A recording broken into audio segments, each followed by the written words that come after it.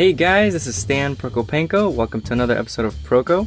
I recommend you watch my previous video in which I cover the anatomy of the nose. Let's get right to it. So that you can follow along with me, I've included the reference photo I used for this drawing below the video. The lay-in. I'll start my lay-in with the perspective of the major planes. I want to define the perimeters of these planes first and make sure the width to height relationship is correct. Then I'll define the bottom plane, starting with a rhythm between the nostrils and bottom plane of the ball. Get a rhythm in there to separate the top plane from side planes and connect the nose to the forehead and eye socket by indicating the glabella and brow ridge. The anatomical nuances are subtle and the plane changes, especially around the bridge, are really soft, but I still want to lightly map in the connections between bones and cartilage pieces because it'll help me place the subtle halftones later. Staying light here is very important.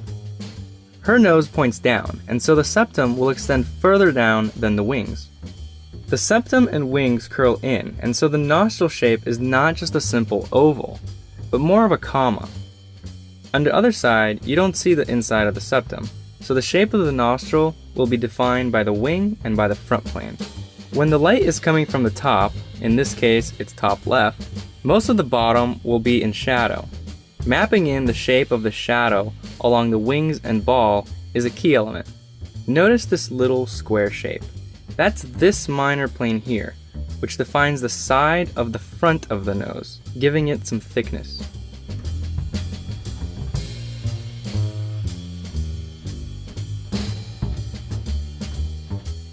Two values.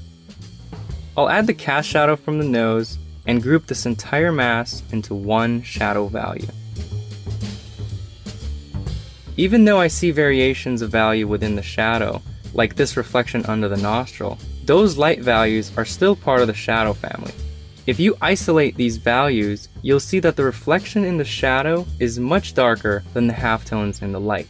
To complete the two-value drawing, I'll add the shadow on the inside of the eye socket to define the edge of the nose and glabella. There's a dark halftone above the nostril that's awfully close to being a shadow. In that case, it's up to the artist to decide. You can push it to be part of the shadow or keep it part of the halftones. Personally, I don't want to accentuate this hook shape, and so I'll define the plane change later with the halftones. Defining the full value with dark accents. In this drawing there aren't too many dark accents, so this step will be fairly quick. The deep holes of the nostrils receive no direct light and very little reflected light, so they will be very dark.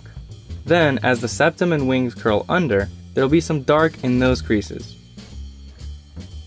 After adding the dark accents, the rest of the shadows appear too light, so I'll go through one more time and darken a little further. I want to do this before the halftone phase, to open up a larger value range for my halftones. Halftones and highlights. When drawing the halftones of the minor planes, I want to make sure that I don't lose the big picture, the values of the major planes. The light is coming from the top, so the bottom plane will be in shadow, the top plane will be the lightest, and the side planes in halftone. The halftone on the left will be a little bit lighter than the halftone on the right, since the light source is more on the left side of the picture. The ball of the nose will usually have darker halftones because of the redness of the blood under the skin. This makes the highlight more prominent on the ball, but it's important not to overdo it. You don't want the highlight to look like a snowflake on the nose. So pay attention to the edges of the highlight and give the edges some variety. Maybe a sharp at the bottom and soft at the top. There's many ways of designing it. The important thing is that you give it some thought. The top of the ball goes into halftone and the highlight disappears. At the connection of the ball to the bridge, another highlight begins and continues up to the glabella where it fades out really soft.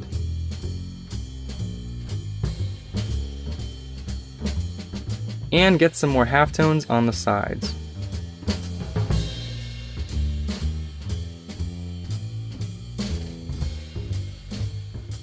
Clean up edges and shapes. I'll go through the drawing one more time and do some cleanup work and define things a little bit better. This stage is about details. I look very closely at every part of the drawing.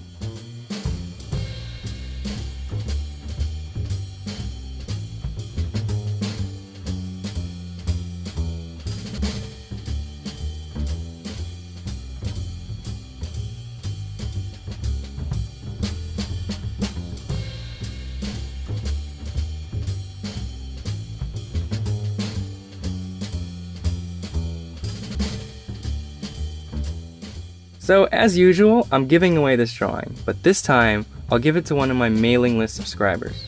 If you'd like a chance to win this drawing, go to Proko.com and subscribe to the free mailing list to get occasional updates and be notified of new videos. I'll pick a winner on October 12th and we'll post the name of the winner below this video. Hey, if you like this video, your friends might too.